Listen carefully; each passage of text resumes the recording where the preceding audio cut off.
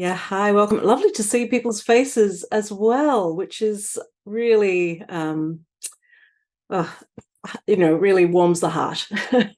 Quite often when we come onto these things, we often see just names. So it's really beautiful and much appreciated that you have got your screens on. And so again, thank you, EMCC. Thank you, Nicola, for creating this and making this happen.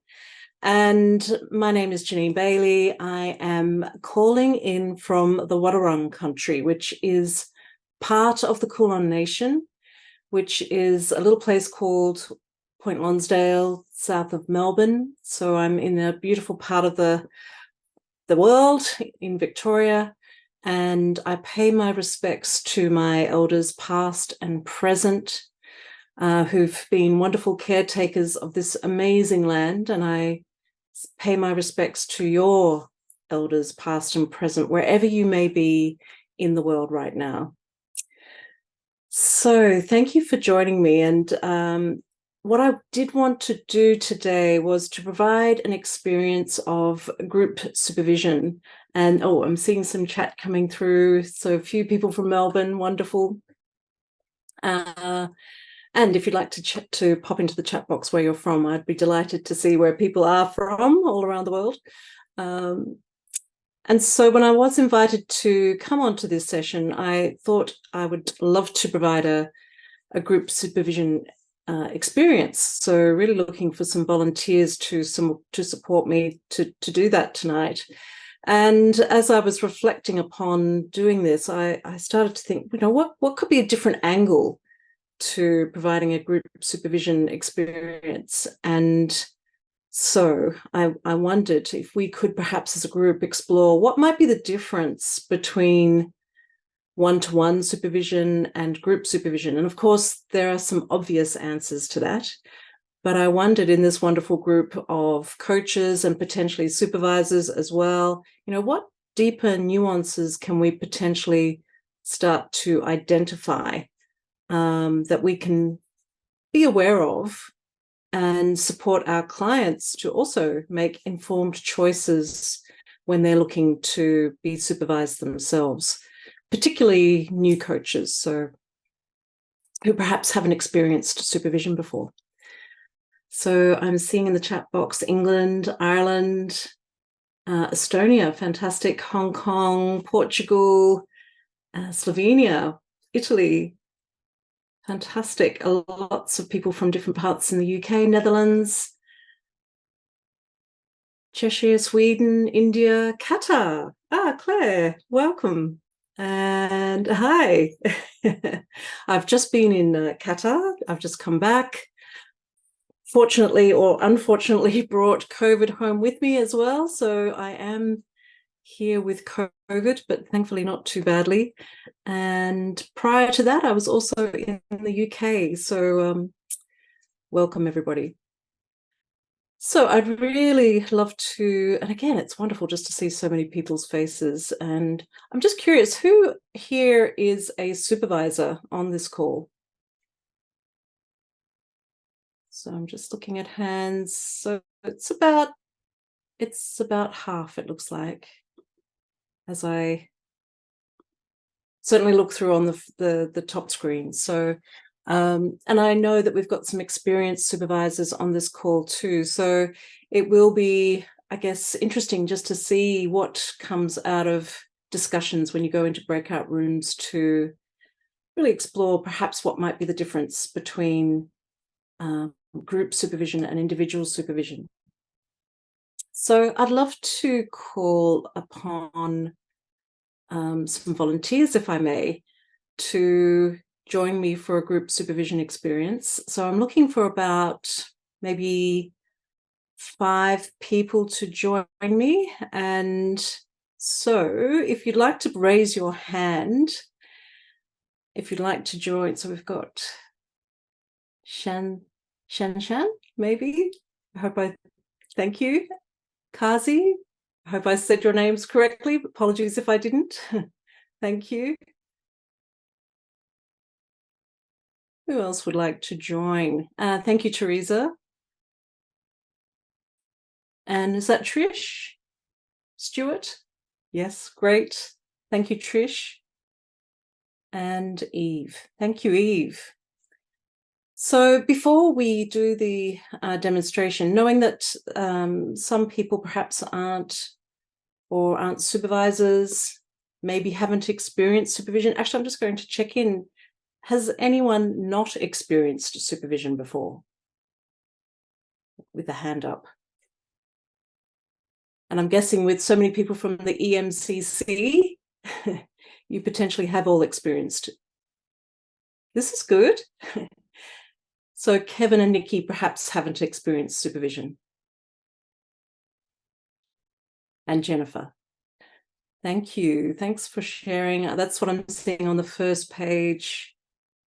Just having a look on the other pages. So very quickly, for those that haven't experienced supervision, it is a wonderful place to support your practice as a coach, to be able to identify what are my blind spots as a coach that I'm bringing into my coaching or mentoring. What are the things that perhaps might be influencing or impacting my client's session? It's also an opportunity to bring those dilemmas, those challenges, and those opportunities to work with a supervisor to support your development as a coach in terms of the ways that you are being and your practice. So supervision is different from mentoring. It's not that advice about how to improve your skill set, but rather it's partnering with the coach to support them to develop, normalize, and reflect on their coaching practice. So hopefully I've explained that in a nutshell for those who haven't experienced supervision. So what I'd love to do now is to move into an experience. And for those that have put their hands up to volunteer, if you could leave your cameras on. And for those who are observers, I invite you to turn your cameras off, put yourself on mute.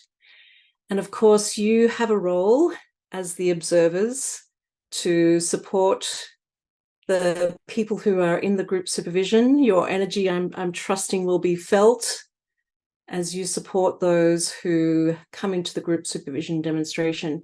And Nicola, potentially now that we're doing the demonstration or experience, if you're able to stop people from coming into the room, if that's possible.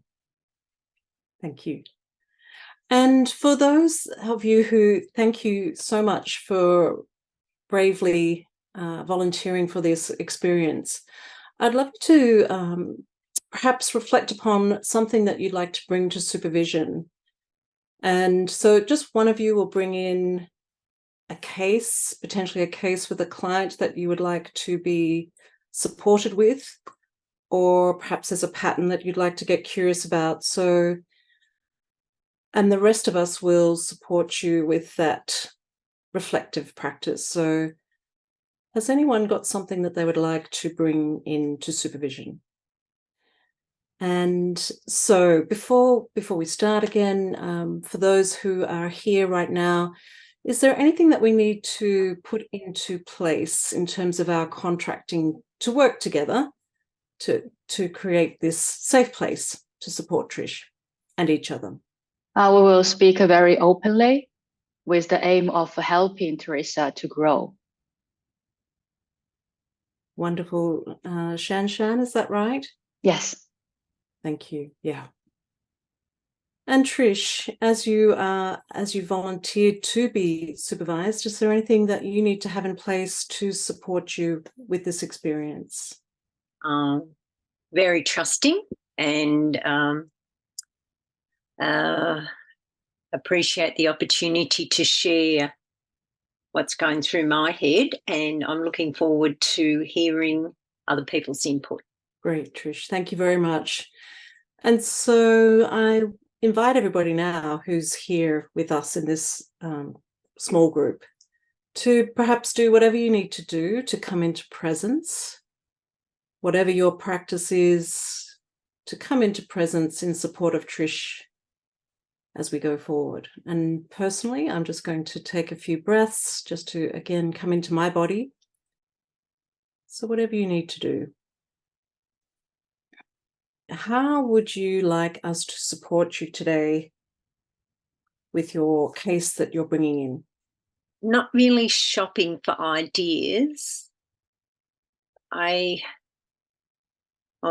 maybe I am. Just looking for, I guess a way forward that's within my ability or my, not comfort zone, but I'm wanting to really challenge this client. So I'm hoping that people have experienced similar or have an awareness of, similar situation. Yes, so coming in with our thoughts, our different perspectives, with perhaps a similar situation in support of you to challenge him, your client. Yes. Great. Thank you, Trish. And what is it that you would like to explore in relation to your client today? So the situation is, are you happy if I explain a bit more? So the situation is a relatively new client has 4 sessions on offer through a program that he's involved in, and part of the program is that they're given coaching.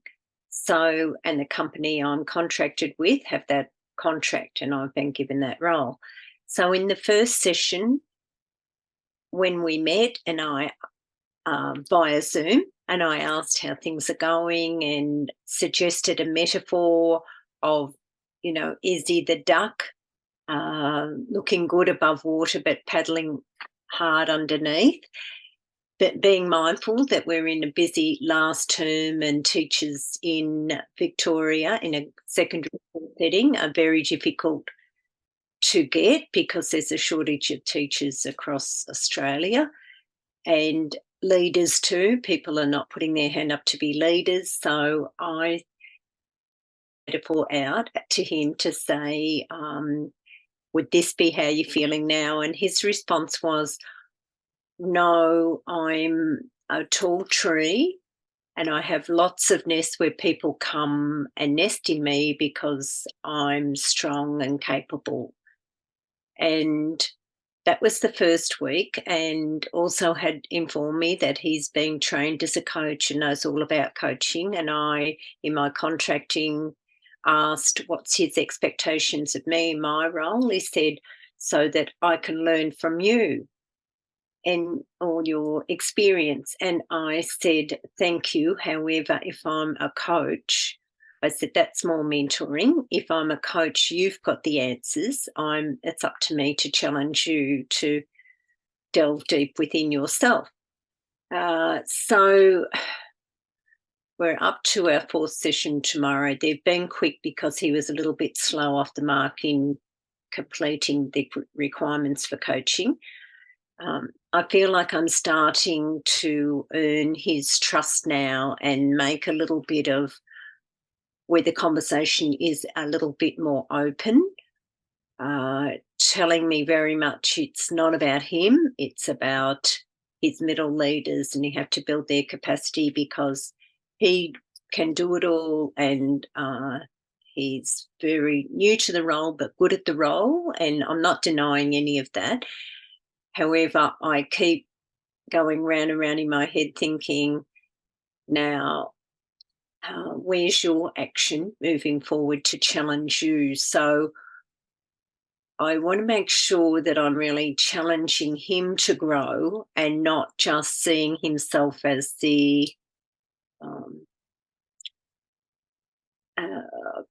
the conductor in the orchestra, but to actually be in there, part of that challenge and that growth with him. So I'm thinking of when I think about it, I'm thinking of solving his problems, but then I'm thinking that's not my role. So I'm kind of going round and round in circles and wondering, I'm curious as to how I can get him to solve the problem without kind of doing it for him or leading that questioning to him into that area where I'm thinking might be the answer. Does that give enough information? Yeah, thank you, Trish. So I'm hearing that you're working with this leader who you want to support.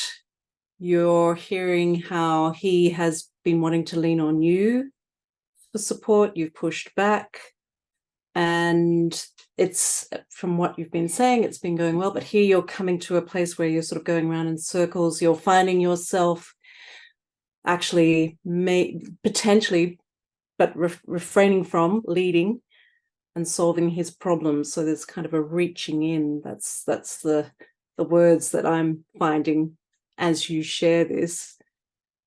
So as you've brought him in, Trish, and you're wanting to get different perspectives, in what specific place are you looking for that support from us? I guess it's around the being curious and maintaining authenticity to my coaching role, and how adamant am I to go into that solution-focused mindset of what do you want to see in 12 months' time and what difference will that mean for you? But I want it to be action-based. I don't want it to be all this, okay, well, the middle leaders will be doing this and the whatever, and I'll just be checking in on. So I really want something to come out of it where he's actually challenged and growing. Yeah. Instead of palming it off to the middle leaders and making them change or develop them. Sorry, not making them change. So to support you, to support him, to take that responsibility for his own growth. Yes. Yeah, thank you, Trish. And so what I might do now is just ask the other coaches, my supervisors, to ask at the moment a clarifying question of Trish. If there's any clarifying questions that are coming up for you about what Trish has brought in. So this is just to understand the facts about the client that Trish has brought in before we do the deeper dive. So checking in, has anyone got any clarifying questions that they would like to ask Trish about this case? My question would be for Trish. You booked a series of 4 sessions. So what does success look like for the client, and what does the success look like for you at the end of the session? The success for the client, number one, that he completes his responsibility in doing the 4 coaching sessions, and also that he's more, because he's created his narrative around developing middle leaders, and that he's more affirmed in himself and confirmed about in himself where his journey will go with sending them off on professional learning or the expectations and the roles he's putting in place for the middle leaders. But my expectations of him, I'd like to see him saying, I am going to read this book on such and such, or I'm going to investigate an avenue that can help me to make sure I'm hearing their voice or developing relationship with them further, or something like that. Is that clear? Yes, thank you. Thank you, Shan. And Eve? My question is, if you can see some kind of possibility to get more connected with this person, like to find some areas you can start to work with him, like he can't feel that you push him, but you just can grab from somewhere.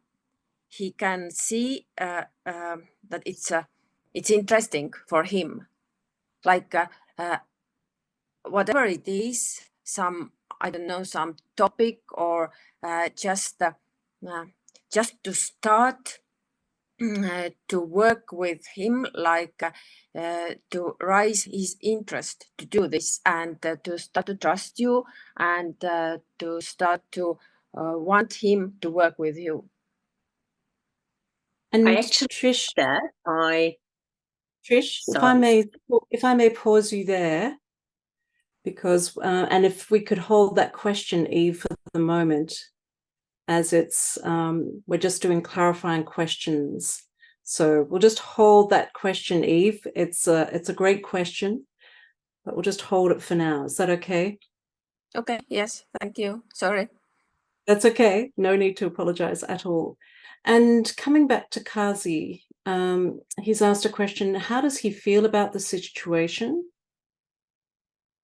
And in the process of coaching, at what point do they feel like they are going around and around? Very briefly, what are your thoughts there, Trish, in response to Kazi's questions? I'm not sure that they feel they're going round and around. I think I'm the one that could be feeling overthinking and reflecting on it. And if I'm out walking, I'll think about it. But as I'm saying is I'm thinking, I'm overthinking and creating the end point instead of him, which is what should be happening. So, and I think I missed the first part there, sorry. I answered the second bit about overthinking. How does he, something about him. How does he feel about the situation? I know he's, yep, thank you, happy, tick, move on. So experienced coaching before, and very much in, not giving a lot away.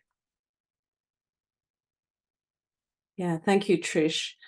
Now, I noticed Shan has put another question in the chat box, and I'm trusting that question will come through, Shan. So what I would, thank you, Trish, for sharing about your client. And so what I'd like to invite the participants, everyone, to do now, as you've heard Trish speak, to just reflect what's happening for you. What are you perhaps noticing in your body?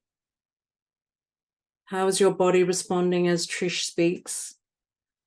Maybe there is an image or a symbol, or maybe there is something on your desk that represents this case that Trish has brought in. Maybe there's an emotion. Maybe you're experiencing some sort of connection with Trish. There's an energetic field across the airwaves with Trish. So just first and foremost, responding to what Trish has shared in your own unique way.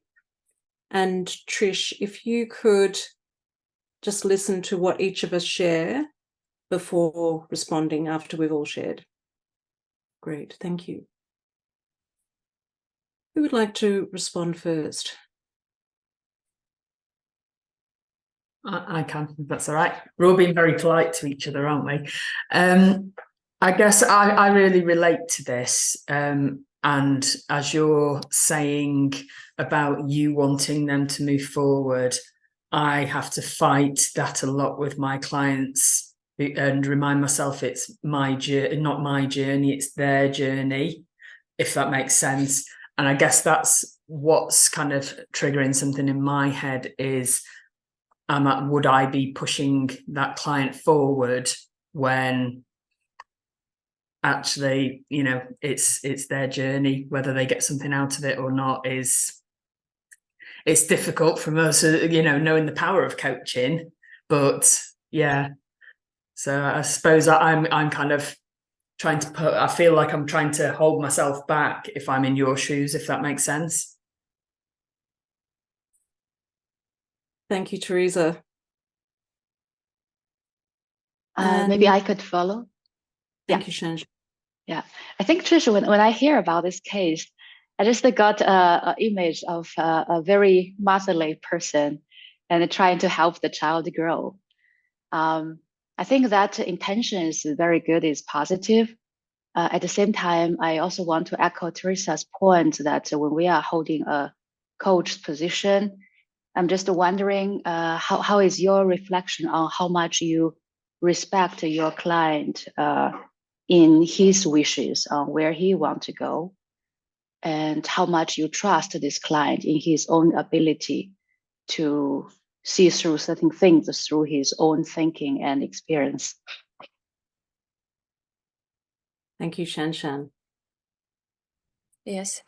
When I'm listening now, it gives me this kind of feeling that like it's like I'm trapped somewhere, like I want to break through something what has built around me like a castle, and it was the first feeling I felt when I heard about this case. But it's like several feelings. It's something what I felt in the first place, and then it's has been like changing, and it's for me it's like some similar feelings that you try to find solution, you try to help, but in the situation that the other person don't exactly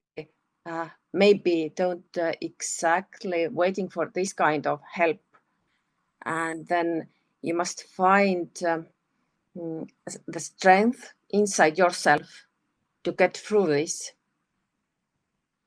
So now it's for me like solutions, feeling that somebody is trying to find the ways, and somebody who is trying to help and be there and do 100% to change the situation. Thank you. And again, if you'd like to type something in the chat, if people could refrain from putting things in the chat for the moment so that I can just see what Kazi's putting in. And I'm trusting that all of these suggestions that are coming up for Trish will be spoken about in the breakout rooms. And so, Trish, as you shared this, I am actually noticing, and as we've been doing this, I am noticing a whole lot of people putting in comments in the chat. So there's this desire to rescue. It feels like this desire to rescue you with this client.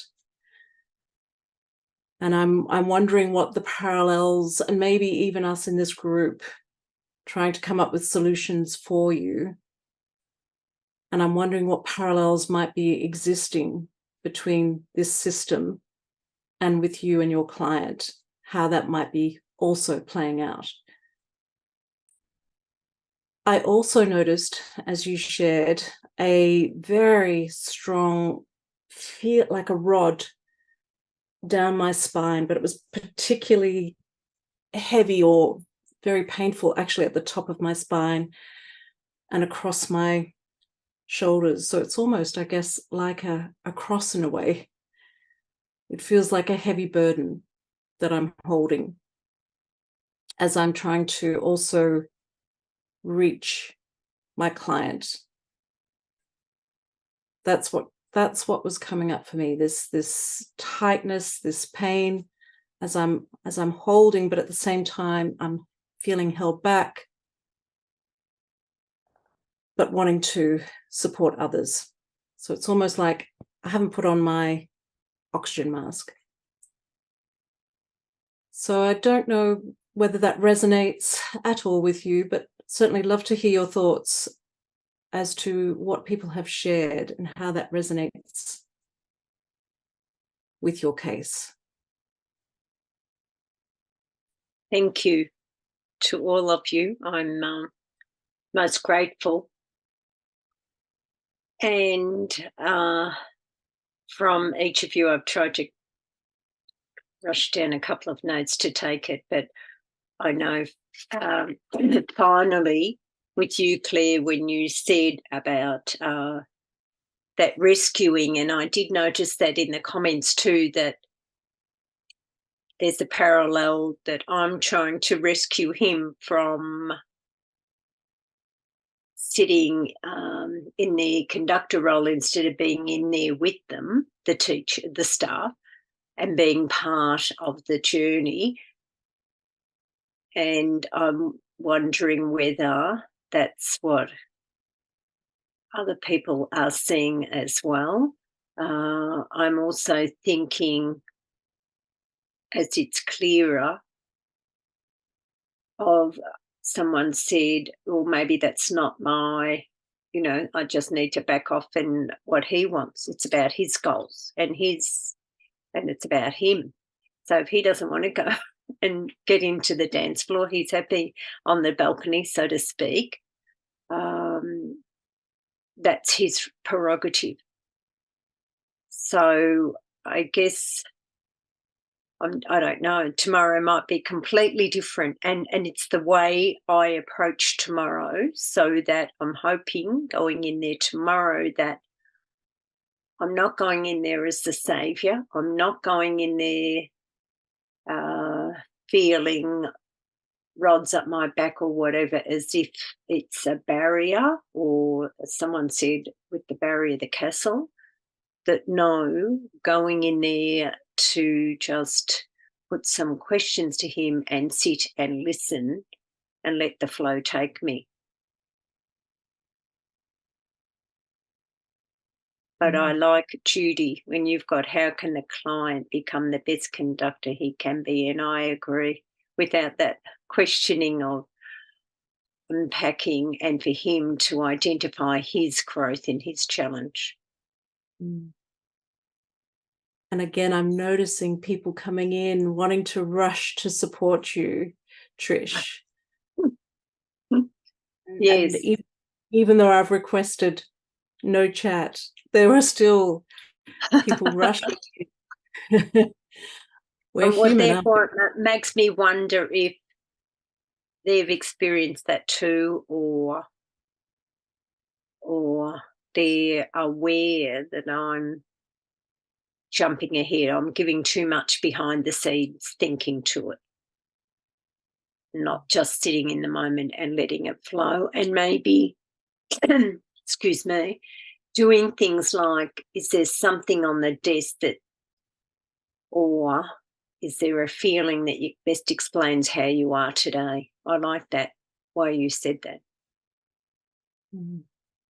Thank you, Trish. And so I'm recognizing that we're coming up to the top of the hour in the next 20 minutes. So if it's okay to start wrapping up, I'd like to invite each of the participants to give Trish a gift. It could be a question. It could be a reflection. It could be a word. It could be a metaphor. A gift that Trish can take away to continue her reflection in relation to this client. And Kazi, my apologies, I missed your chat in relation to the last round, but I will look at it this time and grab that for you. So again, inviting each of my fellow colleagues to, again, share something in support of Trish's reflection. And Trish, if you can hold until everybody has shared. Thank you. Thank you. I can be the first one, I don't know how useful it is, but if you put yourself to another person's shoes and you try to think about, like, at this moment you are in, what he or she is feeling, and if I were him or her, what could, like, work for me at this exact moment. Thank you, Eve. Thank you, Teresa. Sorry, we're all being really polite, aren't we? I was just thinking, Trish, because you started with a metaphor, so I'm assuming you feel really comfortable with metaphors. And I'm just wondering, is it useful to you to think of a metaphor that describes how you're feeling right now, or how you were feeling when you started talking about kind of the interaction with the client, and then thinking about a metaphor for how you'd like it to be, maybe? So if it was an ideal world and he'd got to where you want him to get, he'd got to where he wants to get, and you'd got that conversation to where you think it should get, what would that metaphor be, maybe? Thank you, Teresa. And Shen. Yes, I would like to, the gift that I want to give is like, I think when thinking about the coaching position, and I can feel that, Trish, you are a very loving person. And maybe you could consider about just providing a loving space that you will function as a container for the client, that you yourself has no desire and no love, no hate, nothing. And because I think coaching is about revelation, not salvation. So just to be the place for the client to be him or be with himself for a while. Thank you, Shen. And Trish, I haven't seen anything coming from Kazi as yet. So, and I'm guessing he's putting something together for you. So Trish, there's a few things that came up, and I also acknowledge you as someone who I can hear has this heart, this magnificent heart to support your client to be the best that he can be. I hear that in you, and wanting for him. It comes from a magnificent place. And the image that comes up is, Shan, I think, brought it up, the child and the parent. And there was a really powerful learning that I had for myself, that if we model coddle, if we rescue our children, we potentially stop them from learning for themselves the most powerful learnings they potentially can experience, which we know through coaching. So I'm wondering, what is getting in the way of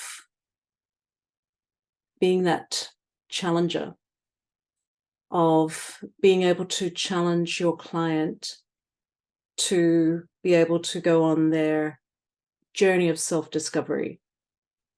And so contracting comes to mind, contracting, to provide that safe place to stretch, to challenge. That's what's coming in with that metaphor. So I'm curious about the contracting that is potentially in place to support that magnificent journey. So Trish, as you hear all of these gifts, I'm wondering again, what are you learning? What are you appreciating for you? I'm learning very much to let go and let him control the narrative, so to speak, but to make sure that I challenge him and ask those questions so that he keeps going deeper with his narrative about him, to bring it back to the contracting, just as you did in a beautiful way with us, Claire, at the beginning. Is there anything you need? Is there anything? So in those affirming questions of, to make sure everyone in the group, their needs are being met. So the contracting doesn't have to always be read point 8 where it is whatever, or it's confidential, whatever. It is about ensuring that there's that readiness and trust and knowledge that you can be yourself. Beautiful, Trish. Thank you for sharing your learning, and I'm trusting that all of us are also learning. I'm trusting, again, we're going to be mirror images. We're going to be attracting those kind of clients into our space. So I really appreciate your sharing, Trish, and that courage to share and bring in this client. And now I've worked out who Claire is. I think it's me, Jeanine. So I noticed, Trish, you called me Claire a couple of times, I think. But it is Jeanine. Sorry. Just in case I've put my name wrong in the I'm Zoom sorry. room. I thought at the beginning it said Claire. Sorry. That's okay. Eve. So thank you to each and every one of you for supporting Trish with this case. Really appreciate what you brought in. And so I'd love to invite everybody back in. Is everyone okay if we bring everyone back in? Great, thank you. Welcome back, welcome back. Great. And so in your breakout rooms, perhaps I'd love you to look at perhaps what might be the difference between group and individual supervision. And again, I know there'll be very obvious things, but perhaps there are some nuances that we can explore even more. And anything else that's important, anything else that you'd like to discuss in your groups about that supervision demonstration that we can reflect upon when you come back in. So 5 minutes, and I will see you very soon. Thank you for staying and going into the breakout rooms and having a discussion. So love to hear from a few people. What did you perhaps discover? What did you perhaps identify might be something really worth sharing? Claire, thank you. There's a Claire. We loved the spaciousness in the session, and I personally felt I could breathe and I was calm, and that gave not only the group supervising together but the supervisee real time to reflect. Myself and Anna also mentioned the clarity around the result that, was the desire for the supervisee in the session. And just all those things of when it's a demo, we never know what's going to come up. That's the excitement of it. It was lovely. Thank you. Thank you, Claire. Thanks for sharing. Really appreciate your feedback. And yes, you're so right. We just never know what can happen. Technology, people not able to speak, things like that. So thank you, Claire. Really appreciate your generous feedback. And Beth.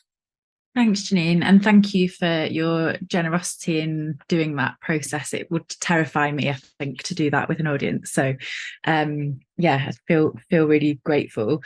I think something that I was thinking about, and then some of the, as you say, tech challenges, or you wouldn't normally have lots of other people watching who can be putting things in the chat and all of that. Really brings home for me, I'm noticing in my supervision practice that lots of newer coaches only want to be in a group, and they have this perception that it's a safer space.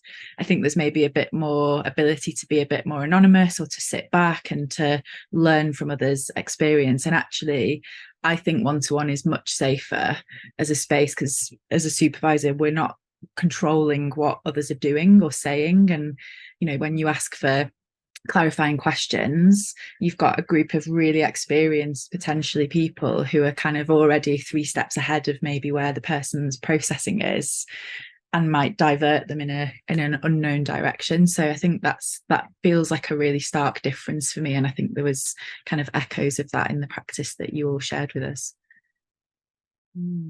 Thank you for Beth, for sharing what might be different, because for me personally, I love that perspective, because for me personally, I thought one-to-one would be, or the one-to-one would be safer than the group.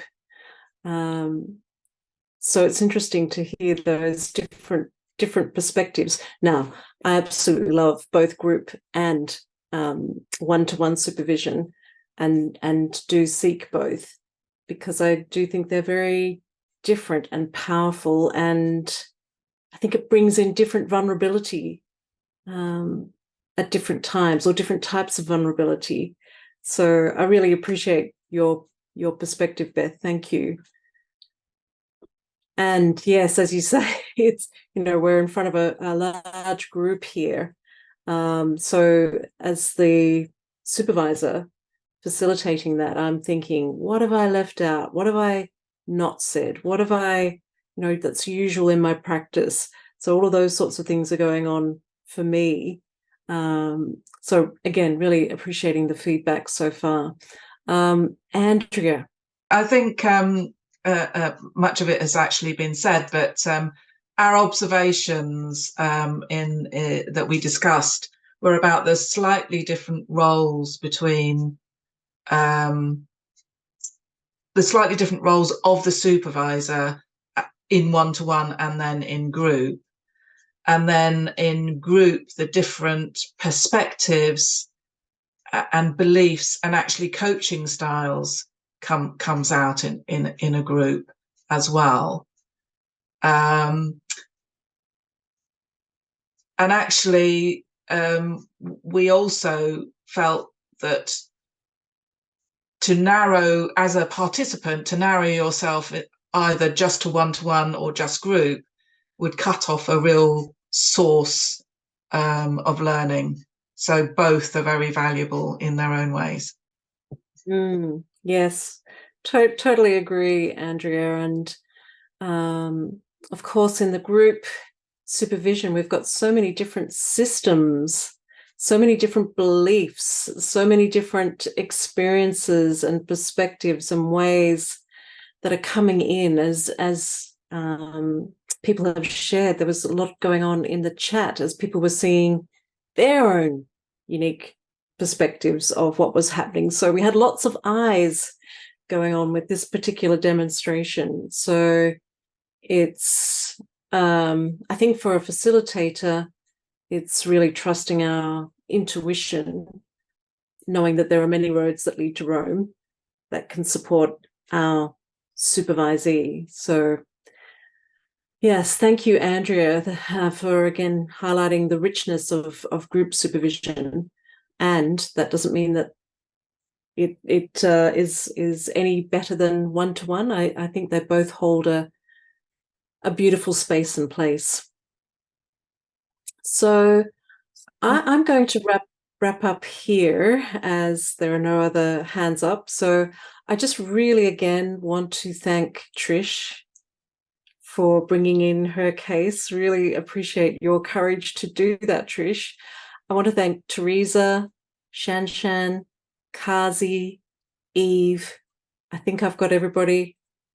I hope I've picked up everybody for also being courageous and putting your hand up in front of this quite large group this evening, this morning, this afternoon, wherever you are, and appreciate your hearts that you've brought into the system to support Trish with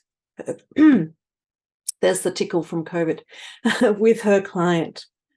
Okay, so Jeanine, thank you so much. This conversation has been so wide-ranging, and I remember at the beginning we were talking about this being a new thing. Let's see how it goes. But how has it been for you? What are you yourself taking away? Yeah, thank you for asking. And I really enjoyed the experience of group supervision. It's something that I really love. I often do drop-in supervision, so this felt like another one of those occasions. And I probably do more group supervision than one-to-one. So I was curious about maybe what people's perspectives were in terms of the difference, apart from the obvious that there are many eyes in group versus one. And I think what I really took away was also appreciating that there are these different perspectives in relation to group supervision and one-to-one in terms of what is safe and what isn't safe. Yeah, so and I sort of hadn't seen it from another angle before. So